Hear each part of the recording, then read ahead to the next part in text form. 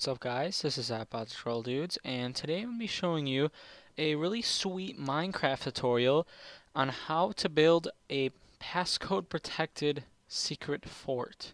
Now this obviously if people are just going to go and grief everything, yes, it's really not that secret, but this is really it's a really cool redstone thing. It'll work if you have like a server where your blocks are protected. It'll work great there. So this is to show you guys how to create a password protected fort. And here am I just gonna show you guys a quick example. So right now my password is 279. So I have to click each button in succession. And once I press those buttons, over here a staircase opens up and I can go down to my secret fort there. Also, so I'm just gonna quickly reset it here using the reset button. If I would press a wrong button, that would kick you out and drop you into a fiery death. So that is basically your password protected fort. Now keep in mind these numbers don't have to be in order. I could do 927 and it would still work. There is a way to do it the other way, but it's a lot to do it in the exact order, but it's a lot more complicated, and I'm going to show you guys the easier version. And as you look back here at all the redstone, it doesn't look by any means easy, but don't worry, it is not that bad. So I'm going to go over to my basically test. I did this this is more of the finished model of it. I'll show you in a little more depth when I'm actually telling you about the full. But right now I'm going to show you guys a few of the things you need to build it with. Now basically, it's like computer engineering where you have transistors and you can set them up in different logic gates. And this is basically what you're doing here. So this is an older version I had. I don't even remember my password, to be honest. Okay, so this is an older version I had. As you can see, it looks a lot simpler, even though it really is pretty much the same thing. Just a little less complicated wiring. So you can see it's the same thing here. I mean, this is the reset button right here, so you can close the doors behind you. And this is, I will go through this because this is a lot easier to understand than the other version. So I'll first go off by showing you guys one of the important starting blocks you need. Now, let's say you have a button here. Let's make this too high. You can see that if you hit the button, you can trigger redstone behind it. So if you want to make your password with a lever, you actually can completely ignore this first logic gate if you're going to use a lever that always has a constant. But if you're using buttons, what you need the end result to be is something that stays constant once you hit a button. Because you can't hit your password that fast and get in the door before the button runs out. So you're going to need a logic gate that if you have a current that goes through the logic gate, the output of the gate will be a constant. So that is where we come to our first logic gate. Now this isn't very complicated to build. Oops. So here we go. This is basically the outline. This is there's many different versions of this logic gate, but this is the one I'm using because I like this version of this logic gate. So what you need is this block right here is the input, and this block right here is the output. So we'll just put this right here. And all you need is three components. You need a repeater facing towards the source. Then you need two redstone torches here and here. So now what happens when I press the button is this right over here will go off, and it will stay off. So if I press the button here, it actually stays off right here. So that is why you need this first logic gate if you're using a button, because this will give you a constant switch. Now, to reset it, all you need to do is put power onto this side. So if I put another button right here and press this button, boom, it just reset my thing. So now if I press this again, you can see it changes this side for the output to a constant. That is the step one and one of the most complicated steps. So it's not a very hard thing to build at all. This is one of the most complicated steps when you're building your passcode, is getting something that stays if you're using a button. However, if you're using a lever, I will show right next to here. If you're using a lever, this is all you need. This is basically the exact same thing as that on the other side, because if you pull down your lever, it'll be a constant. However, if you have a lever, you can't have a reset button like over here. You have to manually go and flick all the levers back. So that's the downside of using a lever. It's a lot easier to build.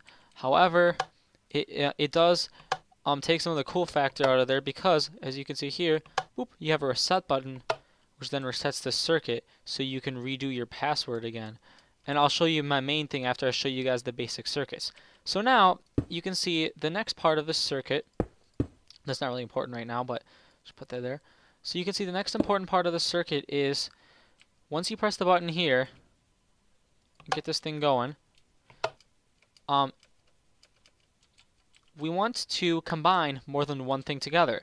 So just for time's sake, I'll just go here because this is pretty obvious, or it's pretty easy to do. So now what we're going to have is we're going to have something called an AND gate. This is a simple logic gate that all it requires is a current that is forward like this. It has to be going in a straight line for at least one block. Then you have to have a torch on top of the side blocks right here, redstone in the middle, and a redstone torch here. Now this is the output. This is the output block, and there are two input blocks right here.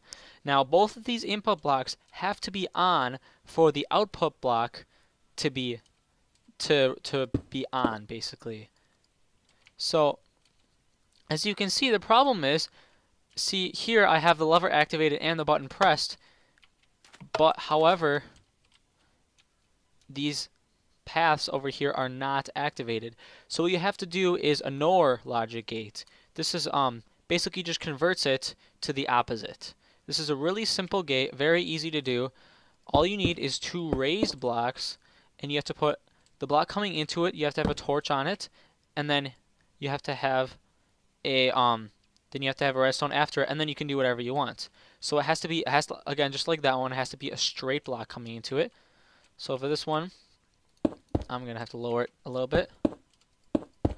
So here we have this, we have our torch, and we have the output. Now I'll just show you here as an example. See how only one of these torches are lit? The output is still not valid. This is why the AND gate is important when making a password.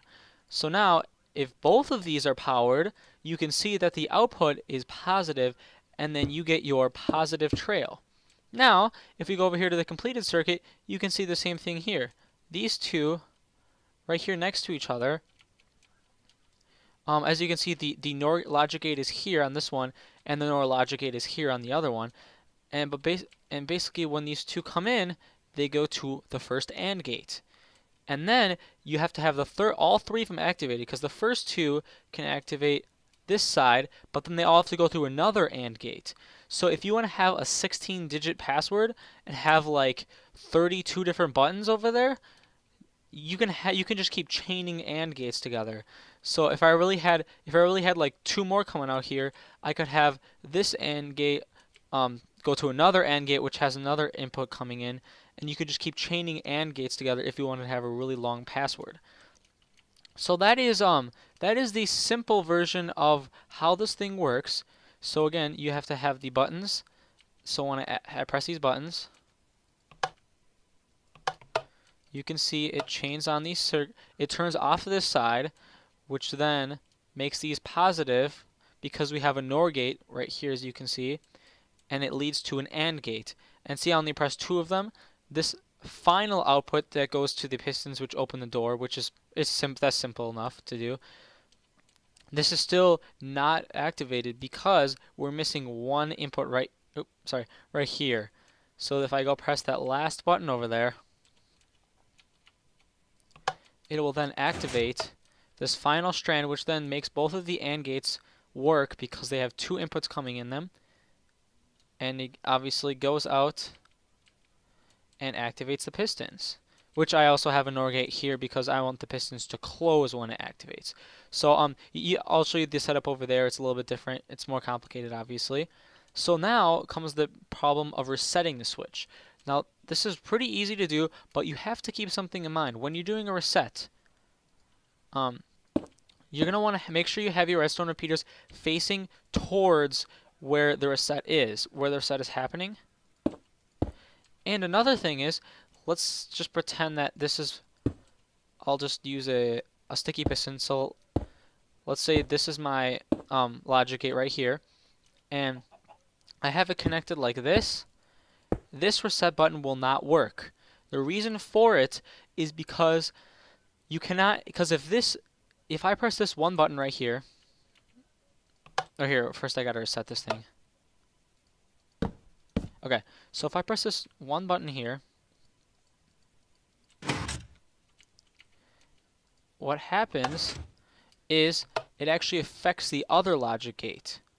So what you have to do when chaining the reset button on these logic gates is to have the redstone repeaters. You have to have a redstone repeater facing it before you connect the reset switches together. So now when I do this,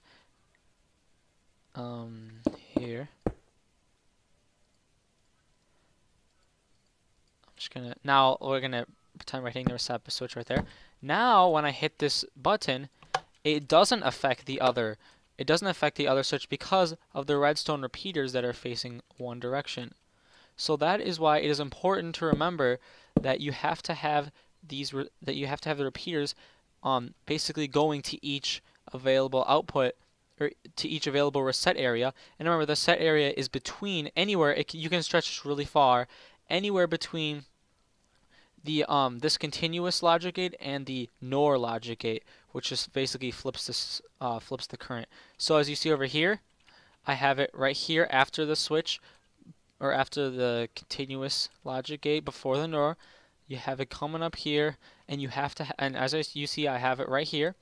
Before I start daisy chaining them together, I have this one just to extend the length, but also it only goes to this one, so that's okay.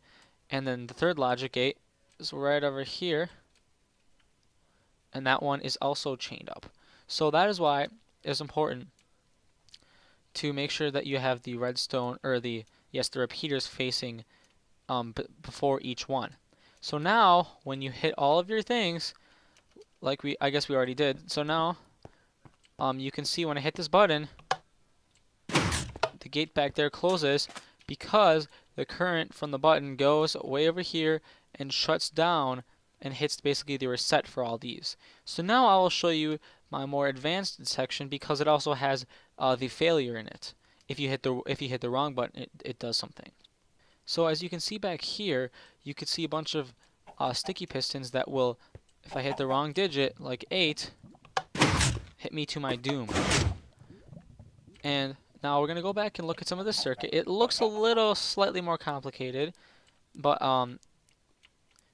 that's because there's so many gates that are the wrong. So this over here is the reset. This is the reset button, and you can see I have lots of redstone repeaters facing 1, 2, 3, because that one sneaks under here and goes to this reset area.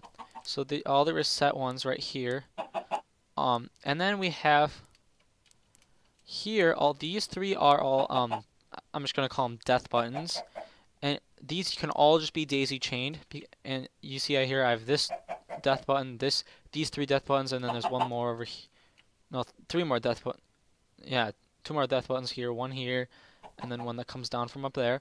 And then, as you can see, these obviously just go and then hit all these sticky pistons, which will push you off. So that's what happens if you hit the wrong switch. Now, it's the same thing. If you can see, I have 2 down here.